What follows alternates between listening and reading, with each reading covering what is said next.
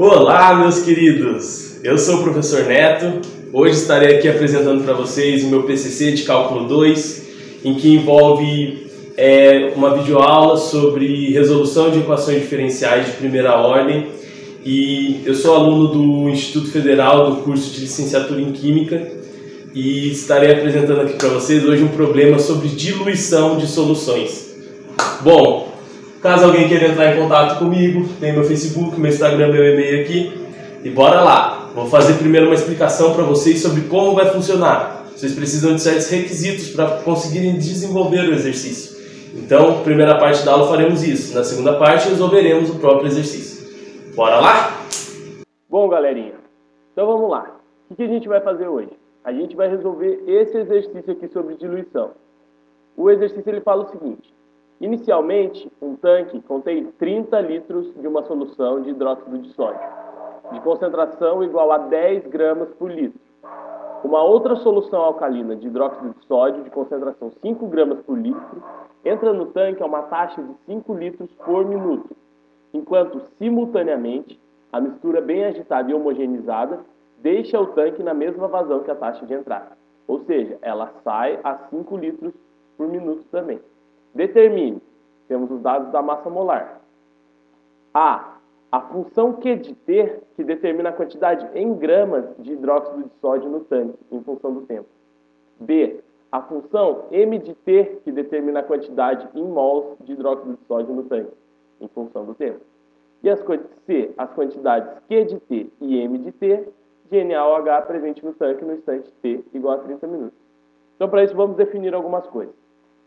Vamos definir o que é uma EDO de primeira ordem. EDO é a sigla para equação diferencial ordinária. Já vamos ver o que é isso. Temos uma equação diferencial quando uma equação envolve uma função incógnita e suas derivadas. Ou seja, uma função desconhecida e a derivada dessa função desconhecida. Temos aqui a carinha de uma EDO, por exemplo. Certo? Aí a gente pode definir as equações diferenciais de duas maneiras, como ordinárias, as quais abrangem funções de uma variável, como eu mostrei aqui, no caso a variável é x, e parciais, que envolvem funções de duas ou mais variáveis. Por exemplo, aqui temos um del f del x menos um del f del y, de uma função f de x, y. Certo? Isso aqui chega a não ser tão trivial e nem interessante para nós no momento. E definimos uma EDO de primeira ordem quando ela contém uma função de uma variável e somente a derivada primeira. Presta bem atenção nessa EDO aqui, lembra bem dela. Ó, temos uma derivada primeira e uma função de uma variável, no caso o t. Certo? Bom, para resolver uma EDO, ela possui infinitas soluções. Existem muitas soluções para uma EDO. Por quê? Porque na maioria das vezes ela vai apresentar uma constante a qual a gente não sabe o valor. E para deixar de ser uma infinitas soluções, o que nós fazemos? Adotamos um problema de valor inicial, um PVI, no qual vai restringir a nossa EDO em um intervalo ou em algum número, e com isso a gente vai achar o valor dessa constante e passamos a ter uma solução para a EDO. E para encontrar a solução de uma EDO, alguns métodos devem ser adotados. Para nós, vamos adotar o método das equações separáveis. Dizemos que uma EDO é separável quando temos uma derivada e temos uma função de x e uma função de y. Se nós cruzarmos aqui, teremos que uma h de x dy, uma h de y dy é igual a uma g de x dx. Certo? E como que resolvemos isso? Isso aqui até agora não faz sentido nenhum. Basta integrarmos ambos os lados. Fazemos a integral de h de y dy e fazemos a integral de g de x dx mais uma constante. Não podemos esquecer dessa constante. Certo? Para isso, obteremos uma solução tanto explícita, em que y exprime uma função de x, quanto uma solução implícita, que uma função de x e y é igual a um valor constante. A gente coloca esse zero aqui, mas pode ser qualquer valor. Porque se tiver uma constante aqui, podemos passá-la tanto mais quanto menos para esse lado. Enfim. Certo? Para resolver nosso exercício, precisamos relembrar alguns conceitos de química. lá do ensino médio, da faculdade, onde você estiver estudando, isso vai ser presente na sua vida acadêmica. Concentração comum, ela exprime de maneira quantitativa, exprime em números, a relação de massa de um soluto e o volume de um determinado solvente, e é dada pela fórmula concentração igual a massa sobre volume, em que a concentração comum é expressa em gramas por litro, M é a massa do soluto expressa em gramas, e V é o volume do solvente expresso em litros. Muito importante lembrarmos disso na hora da nossa resolução.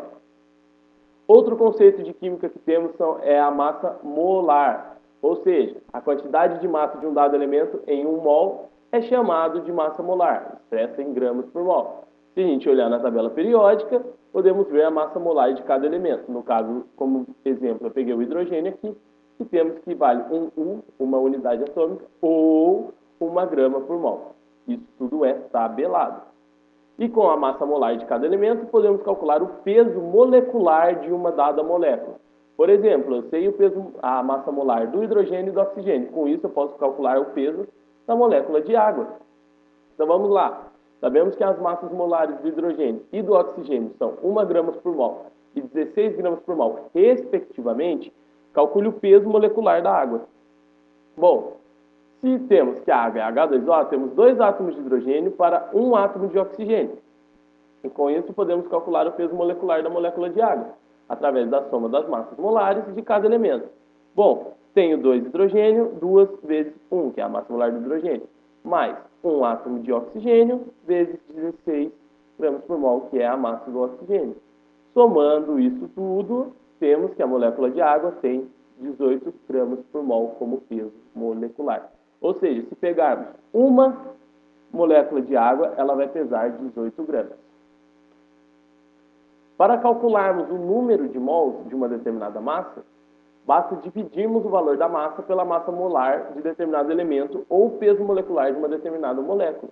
Então, para expressar isso em mol, é só dividir pela massa molar ou pelo peso molecular. Por exemplo, sabemos que o peso molecular da água é 18 gramas por mol, como calculado anteriormente. Calcule quantos mols equivalem a 72 gramas de água. Bom, podemos fazer isso de duas maneiras, de regra de 3, ou podemos aplicar análise dimensional, que eu acredito seja mais fácil, mais trivial. Então temos 72 gramas de água, quanto que vai valer em mol? Se a gente sabe que a massa molar da água é 18 gramas para 1 mol, cancelamos essa massa, dividimos os 72 por 18 e temos que 72 gramas de água equivalem a 4 mols. Esses são os pré-requisitos necessários para vocês resolverem o exercício. Estarei agora demonstrando para vocês, explicando certinho como vai funcionar. E temos aqui as referências bibliográficas. Sempre importante ressaltarmos de onde tiramos tais informações. Certo? Então, bora lá. Bom, pessoal, agora que já conseguimos definir uma EDO, conseguimos ver um método de solução, conseguimos relembrar os conceitos de concentração comum e massa molar, acho que agora fica um pouco mais fácil de resolver o nosso exercício, já que temos os pré-requisitos necessários. Então, vamos lá? Bom, pessoal, no item A, ele pede a função Q de T, que determina a quantidade em gramas de NaOH. Então, conforme está entrando a outra solução alcalina lá e está saindo, está acontecendo uma variação na concentração da solução. E como a gente viu, concentração é massa sobre volume. Então, como o volume entra e sai na mesma quantidade, o volume se mantém constante. Então, o que está acontecendo? A massa está variando. E quando a gente tem uma variação, a gente costuma utilizar o conceito de derivada, que é uma taxa de variação. Para isso, nós temos uma dQ dt. Isso rege a taxa de variação da massa de hidróxido de sódio no nosso tanque. Mas como que a gente vai calcular isso? Bom, vamos lá. Eu posso fazer a seguinte maneira. Eu posso calcular a taxa de entrada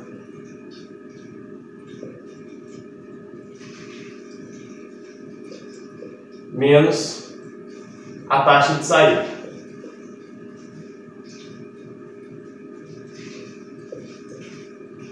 Ah, Neto, então é só a gente pegar e jogar o valor de 5 litros por minuto lá. Não, porque o que acontece? A solução está entrando numa taxa de 5 litros por minuto com uma concentração de 5 gramas por litro. Mas e a concentração que ela está saindo? A gente não sabe. Então, a gente vai considerar a taxa de entrada e taxa de saída como sendo uma dQ/dt da concentração de entrada vezes a taxa de entrada menos a concentração de saída vezes a taxa de saída.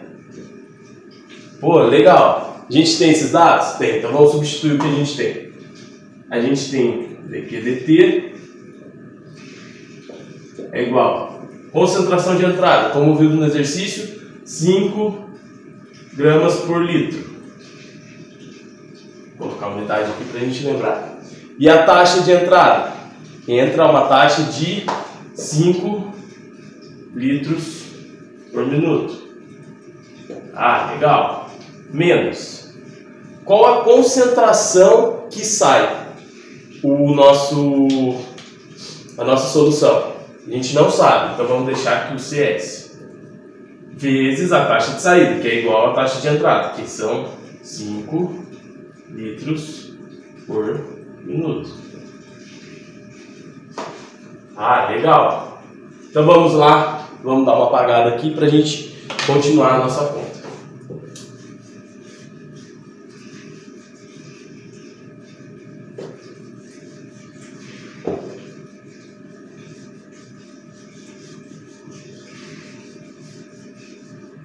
Como vimos no slide, nós podemos determinar a concentração como sendo a massa sobre o volume. Então, qual que é o nosso volume no nosso problema? O nosso volume é 30 litros, que é o nosso tanque, certo? E a massa? O que a gente não sabe. Então a gente vai trocar a concentração de saída por uma M desconhecida sobre 30. Esse M ele é expresso em gramas. E o que o nosso exercício pediu? Uma Q de T que determina a quantidade em gramas de hidróxido de sódio. Então a gente pode chamar o M de Q de T. Certo? Com isso, podemos voltar na nossa expressãozinha.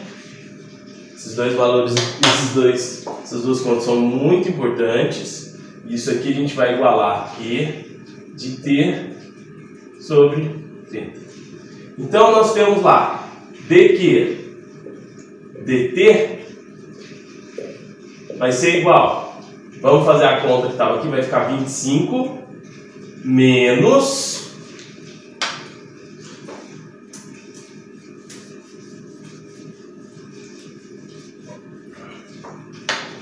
o que a gente chamou de CS, Q de T sobre 30 vezes 5, que é a taxa de saída.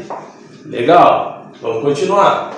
A dQ dt vai ser igual a 25 menos, se simplificarmos por 5 aqui, nós temos Q de T sobre 6. Neto, vamos resolver esse MMC? Vamos. Bem melhor resolver. Temos que a dQ dt vai ser igual a 6 dividido por 1, 6 vezes 25, 150 menos Q de T. É familiar essa expressão? É, né? Lembra do nosso slide? Que nós mostramos com uma EDO de primeira ordem linear. Acabou o exercício aqui? Não, nem um pouco. Vamos lembrar lá no slide que eu ensinei para vocês como fazer pelo método de equações separáveis? Se nós formos ver aqui, nós temos uma função Q em função do tempo, certo? Então temos uma dQ aqui e temos uma função, que no caso aqui é uma constante, que vai regir como vai funcionar a dt. Vamos lá. Vamos fazer o seguinte, vamos cruzar. Então vai ficar 1 sobre 150 menos Q de T dQ igual a 1/6 de dt. Então, o que nós temos aqui? Uma função de Q e uma função de T, que no caso aqui é uma constante, certo? Então, vamos resolver isso aqui.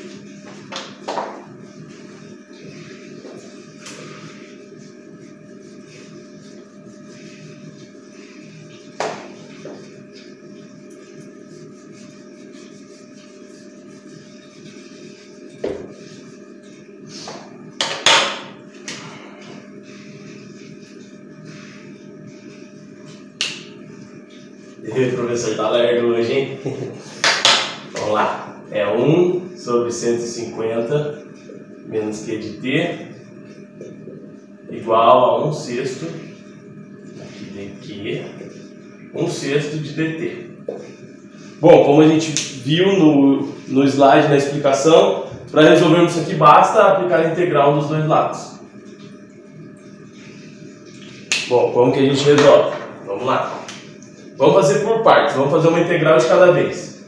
Então vamos calcular a integral de 1 sobre 150 menos Q de T dQ. Putz, como que a gente resolve essa integral? Bom, se a gente olhar aqui, a gente tem 1 sobre alguma coisa. Nós podemos aplicar substituição aqui, né? Então a gente tem o seguinte: a gente vai chamar de 150 menos Q de T.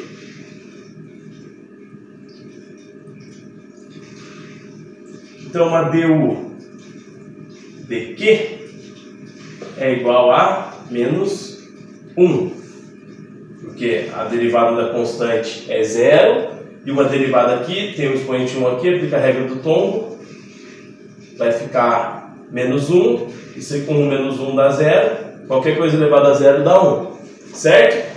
Então, a gente pode tirar disso daqui que du é igual a mesma coisa que menos dq, e que dq é igual a menos du. Então, a gente pode reescrever essa integral como sendo a integral de 1 sobre u menos du, certo? Esse valor aqui de menos é uma constante. Então, podemos escrever menos a integral de 1 sobre u du. Agora fica fácil, né? Porque se a gente olhar na tabelinha, temos que a integral de 1 sobre u é ln do módulo de u. Então, isso aqui vai ficar menos o ln do módulo de u.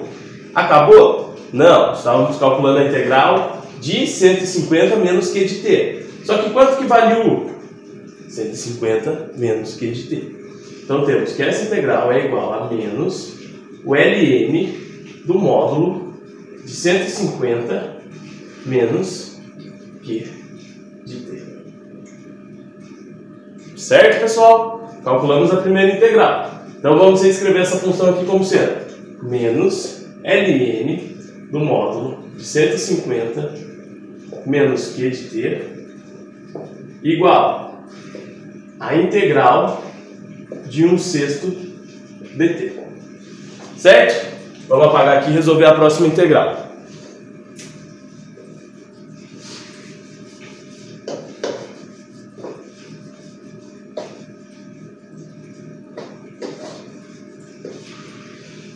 Para resolver a próxima integral, vamos escrever ela aqui, ó, a integral de 1/6 dt. Como isso aqui é uma constante, uma propriedade das integrais é jogar a constante para fora multiplicando a integral. Vai ficar 1/6 da integral dt. Se olharmos na nossa tabelinha, temos que a integral disso é 1/6 de quanto é a integral dt? É o próprio t. Então isso aqui é t sobre 6. Certo, pessoal? Vamos lá? Então vamos reescrever isso aqui. A gente tem aqui menos ln do módulo de 150 menos Q de T é igual a T sobre 6. Muito importante, não esquecer da constante, como vimos no nosso slide. Certo? Então aqui nós temos uma solução implícita para a nossa EDO, como vimos. Temos uma função de Q e de T. Temos duas variáveis. E nós buscamos uma solução explícita. Porque nós queremos a função Q de T. Não queremos que ela seja desconhecida aqui no nosso exercício. Então vamos lá. Como que a gente vai fazer para tornar essa solução explícita? Vou apagar tudo aqui agora. Vou deixar só a solução ali escrita.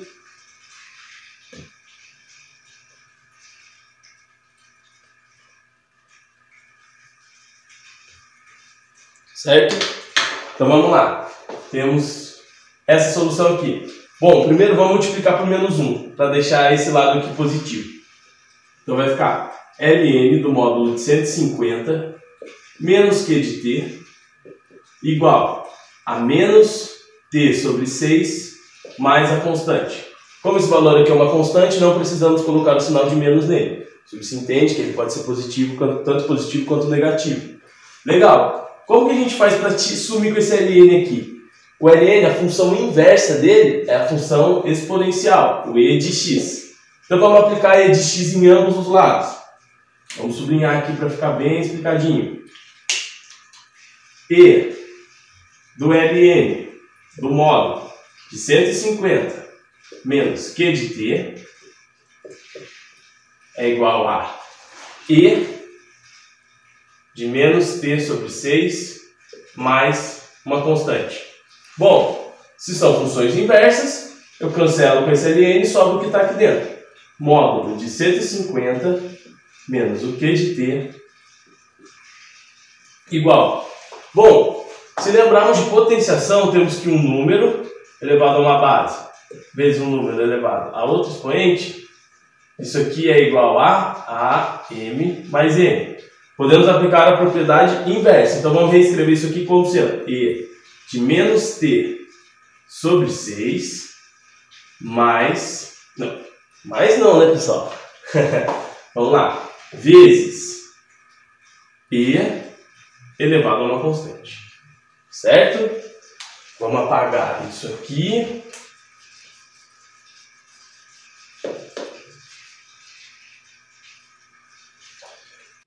Pessoal, temos aqui ó, um módulo de 150 menos QT, certo? Então, subsintende que isso pode ser tanto positivo quanto negativo, por isso utilizou esse módulo. Só que, quando temos algum número elevado a outro número, a gente chega no resultado igual a zero? Não, é impossível. Então, isso aqui nunca vai ser sempre diferente de zero. Ou seja, nós podemos adotar que 150 menos QT é maior que zero. Certo? Com isso, nós podemos sumir com esse módulo. Então a gente pode reescrever nossa expressão como sendo 150 menos QT é igual a E elevado a menos T sobre 6 vezes esse E de C, uma constante, para ficar mais bonito e mais fácil, vamos chamar ele de K, certo? Só para facilitar o nosso processo. K. Então nós temos que menos Q de T, vamos passar esse 150 para lá, tá mais, passa para lá menos, igual a E de menos T sobre 6 vezes K menos 150. Vamos multiplicar por menos 1 para deixar a nossa função positiva. Então temos que Q de T é igual a menos E de menos T sobre 6 K mais 150. Certo, pessoal? Então vamos lá. Chegamos à nossa solução explícita. Temos aqui uma solução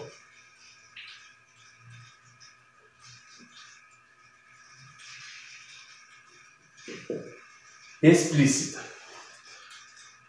Só que acontece nós precisamos, como que a gente pode dizer? Precisamos descobrir o valor dessa constante K.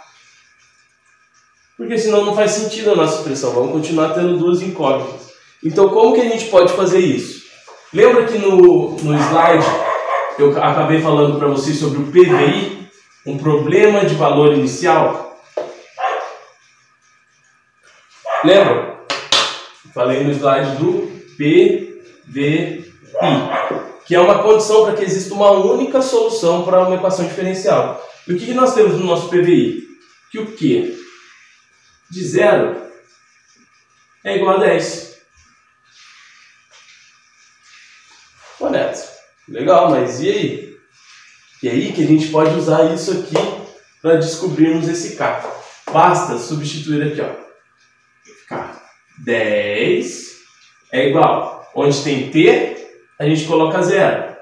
Vai ficar menos I elevado a menos 0 sobre 6 vezes K mais 150.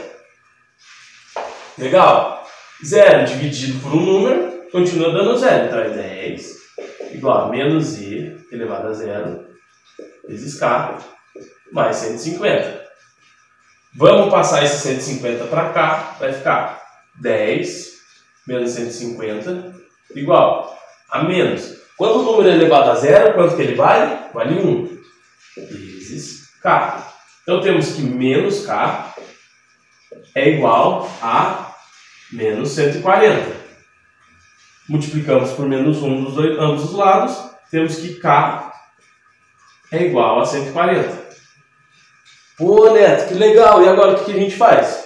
Bom, já que nós queremos uma solução global, a gente substitui na nossa fórmula. Vamos ter que Q de T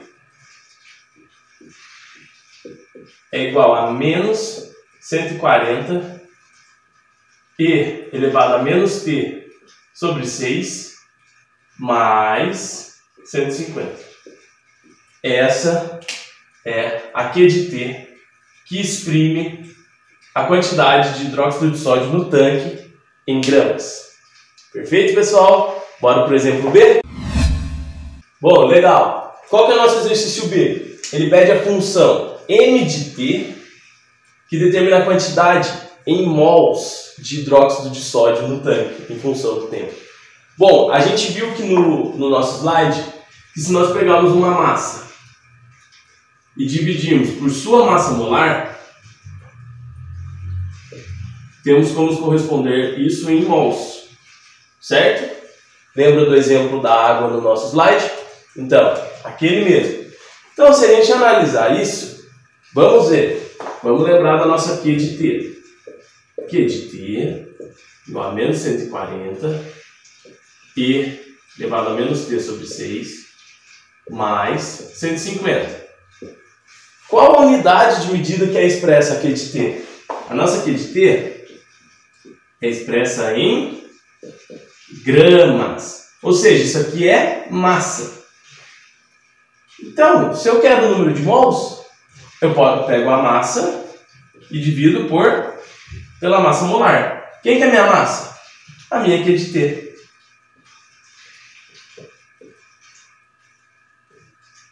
Com isso, o que nós temos? Que nossa M de T é a Q de T dividido pela massa molar do nosso hidróxido de sódio. Certo? Isso aqui é o resultado da nossa letra B. Então, a unidade de medida de M de T é mols. Certo? Bora para a letra C? Bom, pessoal, agora que estamos aqui com a nossa letra C, nosso último exercício, o que ele pede? Ele quer a quantidade Q de T e M de T em gramas e em mols de hidróxido de sódio no tanque no instante T igual a 30 minutos. Pô, pessoal, já calculamos as duas funções. Agora é fácil, basta trocar o T por 30. Então, ele quer o Q de 30 e o m de 30. Para fazer isso, vamos lá, vamos calcular o q de 30. Então, q de 30, todo lugar que tiver t, você troca por 30. Então vai ficar menos 140 dividido por e elevado a menos 30 sobre 6 mais 150. Vamos lá, q de 30 é igual a menos 140 vezes z elevado a 30 dividido por 6, menos 5, mais 150. Vamos lembrar das propriedades de potência. Quando o número é elevado a negativo, corresponde a 1 sobre o próprio número. Vamos colocar aqui. Q de 30 igual a menos 140 vezes 1 sobre e elevado a quinta mais 150. Então, Q de 30 é igual a menos 140 sobre e elevado a quinta, cinquinho feio, não? Mais 150. Vamos fazer aqui no cantinho, e elevado a quinta, vamos pegar a nossa amiga calculadora. Temos que e elevado a 5 corresponde a 148 aproximadamente 41,3. Certo? Então a gente vai usar esse valor para ele. Então temos que Q de 30 vai ser igual a menos 140 dividido por 413 mais 150. Vamos continuar a conta aqui do ladinho. Então isso corresponde a Q de 30 a menos, vamos dividir o 140. Pessoal, ó, errado tá aqui, ó. Opa, professor Mosca. 140 dividido por 148,413. Arredondando isso, temos 0,94 mais 150. Vamos apagar aqui para ficar mais fácil de visualizar. Isso aqui nós podemos apagar.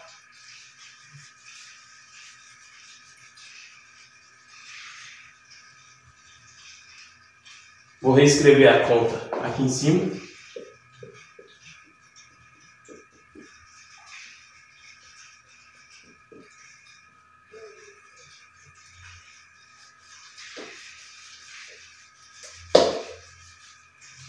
Agora, vamos pedir ajuda da nossa amiga calculadora de novo.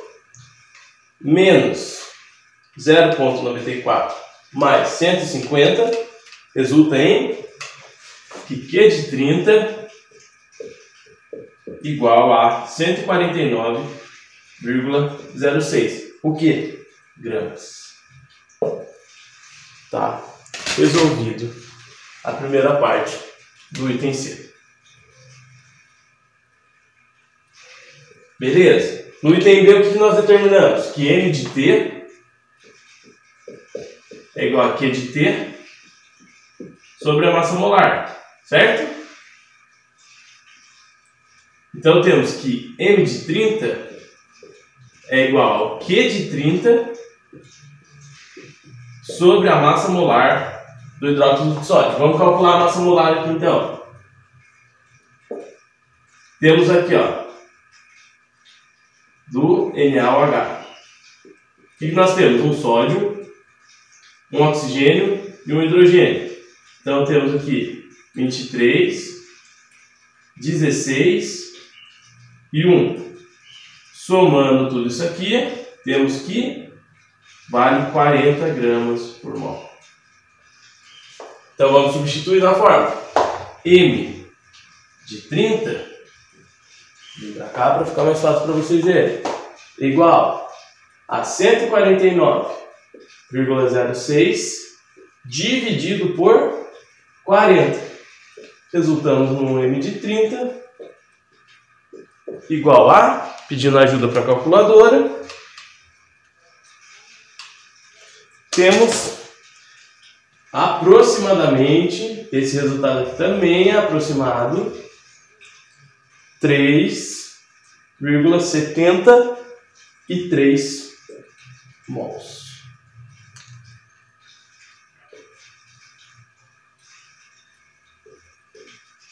Certo? Pessoal, aqui finalizamos o nosso exercício. Espero que tenham gostado. Qualquer dúvida, estou à disposição. No começo do vídeo deixei minhas redes sociais, meu e-mail, vocês podem estar entrando em contato comigo. Estarei disposto a ajudar vocês. E até uma próxima. Um grande abraço do professor Neto. Até mais.